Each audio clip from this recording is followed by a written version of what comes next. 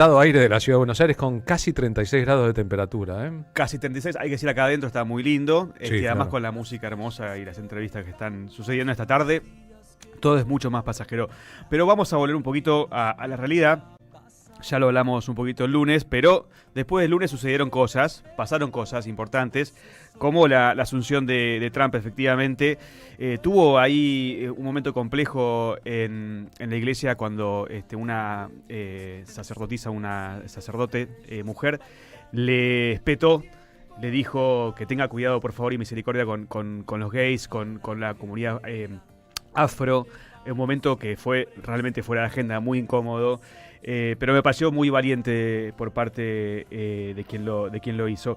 Y para seguir hablando del tema, tenemos en línea a Ezequiel Vistoletti. Ezequiel es doctor, es profesor de Relaciones Internacionales en Alemania y conduce en el canal de YouTube Demoliendo Mitos de la Política. Se los recomiendo porque es muy interesante escucharlo con un tiempo, ¿no?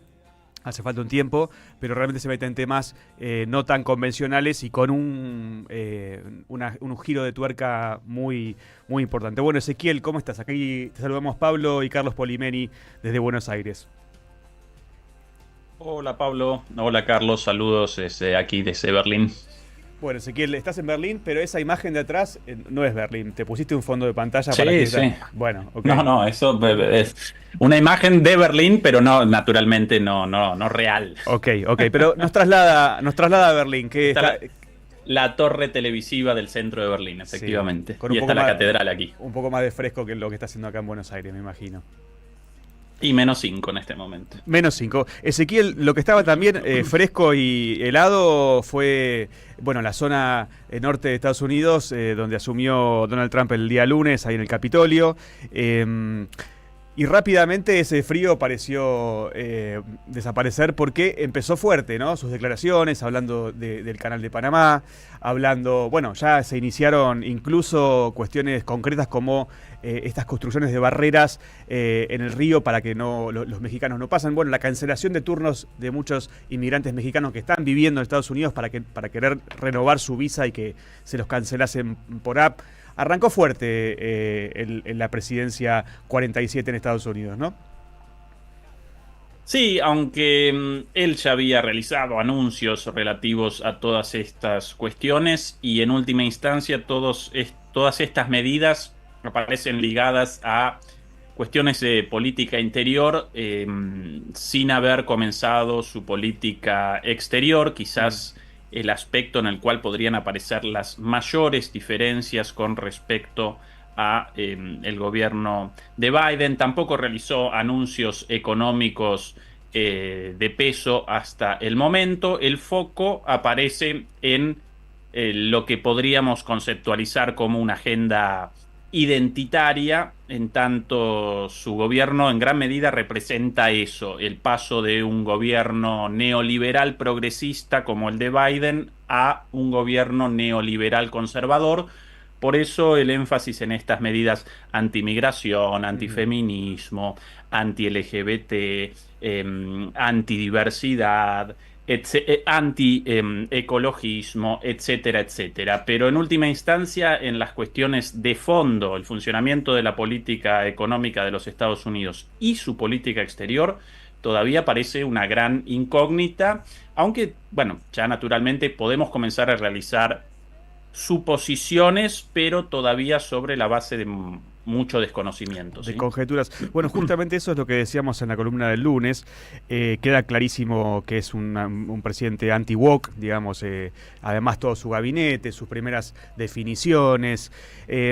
Pero hay algunas dudas más en relación a cuál va a ser el enfoque concreto en política internacional. Aunque se entiende que él ya ha hablado de ayudar a un fin de la guerra entre Rusia y Ucrania.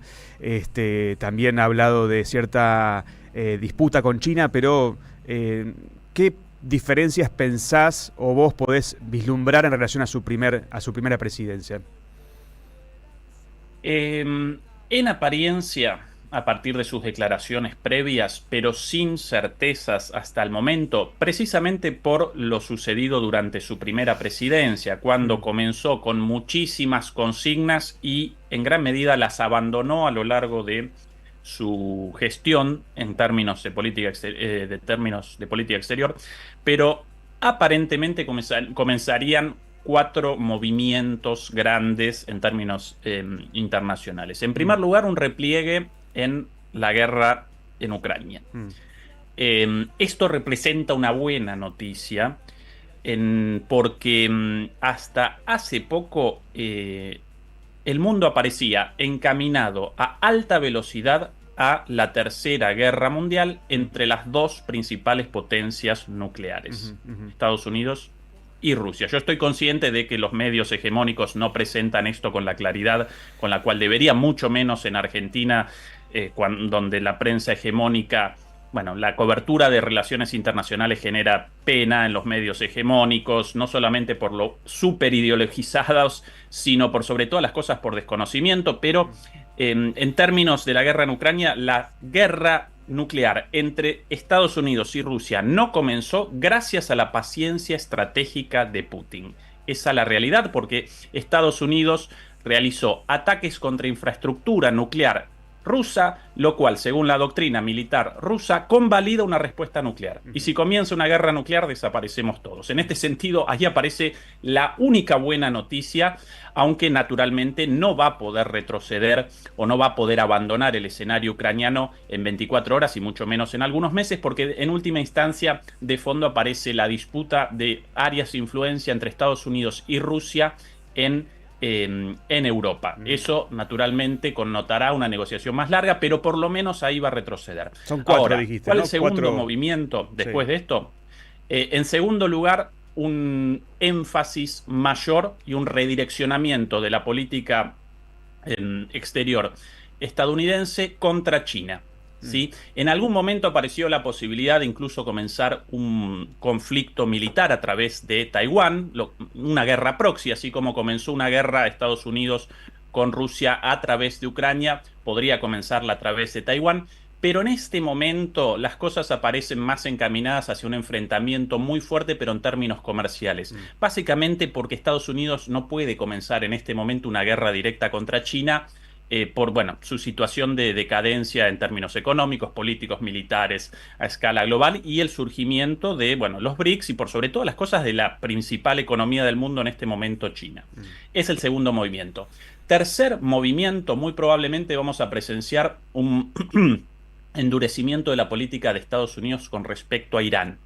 Algo ya llevado a cabo en la primera gestión de Trump, cuando abandonó el acuerdo nuclear para que a partir del cual Irán abandonaba su vocación de generar una bomba nuclear, estableció muchísimas sanciones. Bueno, muy probablemente, junto a Israel, vayan a comenzar una política mucho más hostil, incluso de ataques directos, no necesariamente una invasión, pero sí posiblemente ataques aéreos contra Irán. Algo también muy peligroso, pero con menos posibilidad de escalada hacia una guerra nuclear como la guerra más pequeño, evitada por el momento entre Estados Unidos y Rusia. Más encapsulado, quizás.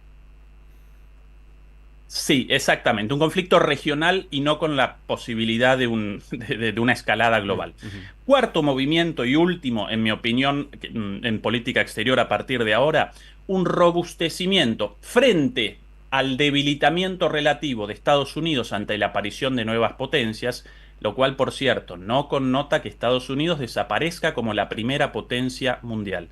Simplemente el hecho de que a su lado aparecen otros tipos duros, otras grandes potencias, con lo cual Estados Unidos ya no puede determinar la política internacional a piacere como hasta hace poco tiempo. Bueno, frente a esa situación, entonces va a realizar un movimiento de robustecimiento hacia el sector, la región del planeta considerada por los estadounidenses como su patio trasero. Básicamente el continente americano en toda su extensión, naturalmente nosotros, América Latina, pero también hacia el norte. Y de ahí las declaraciones sobre la posibilidad de la anexión de Canadá como estado número 51 y la compra de Groenlandia. ¿Sí? Ahí Esos son los un cuatro segundo. movimientos presumibles a partir de ahora de Trump, pero una vez más, todo esto en un marco de mucha incertidumbre. Esto es muy interesante porque, a ver, lo que estás diciendo es quizás una cuestión militar menos confrontativa, o por lo menos menos confrontativa con actores que realmente le puedan dar batalla y que justamente sea la extinción de la humanidad, como sería una guerra nuclear. Conflictos más encapsulados, porque además Estados Unidos nunca ha dejado de estar en guerra casi en su historia completa, pero sí abonando esta lucha comercial con China, que además tengo entendido, bueno, con el Canal de Panamá también como uno de los ejes de la disputa, con China además abriéndose hacia el Pacífico, buscando otras alternativas para poder realizar esta disputa. Y esto que decís de Latinoamérica, o de América Latina y también hacia el norte, con Canadá y con Groenlandia, ¿cómo pensás que nos va a afectar a nosotros? A ver, acá tenemos un presidente que celebra casi como un triunfo propio la llegada de Trump al poder, pero en los papeles no parecería ser algo que nos favorezca la cerrazón de Estados Unidos y la forma en que se vincularían con su patio trasero, como lo llaman ellos. Bien.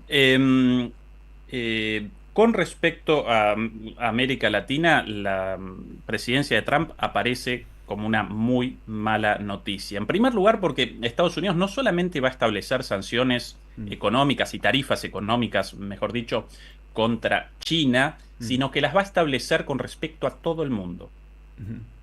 Incluida Europa, supuestamente aliada preferencial de Estados Unidos. Naturalmente va a realizar una renegociación de los acuerdos de libre comercio con México y con Canadá. De ahí estas declaraciones rimbombantes de Trump sobre quiero el renombramiento del Golfo de México por Golfo de América y quiero la anexión de Canadá como estado número 51. Todo esto aparece en una estrategia de negociación de Trump, de una declaración rimbombante, un tuiteo muy fuerte, un golpe y después una negociación, pero va a establecer mayores aranceles tanto para esos países como para el resto de América Latina. Europa, China, básicamente para todo el mundo. Comienza una etapa de proteccionismo de los Estados Unidos. Y si frente a esa postura, más allá de lo ideológico, ¿sí? Y de todas las tonterías reproducidas por los medios hegemónicos en Argentina respecto a una supuesta comunidad ideológica entre Trump y Milei, cuando precisamente Milei preconiza el ultraneoliberalismo y Trump va a comenzar una política proteccionista, nada más y nada menos, pero más allá de todas esas cosas, establecer una relación de apertura y de sumisión frente a una potencia en decadencia, en un momento de proteccionismo, aparece como una decisión en términos de política exterior equivocada e ilógica.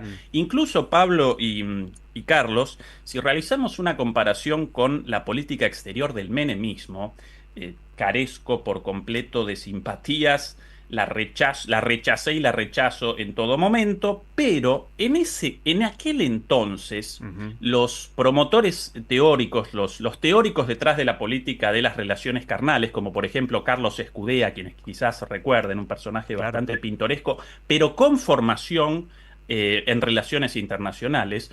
Bueno, en el marco de una teoría llamada el realismo periférico, ellos establecían la siguiente máxima. Si Estados Unidos representa la gran potencia mundial y ahora la única potencia, en ese entonces, con la caída de la Unión Soviética, desaparecía la Guerra Fría y el mundo bipolar y comenzaba el mundo unipolar.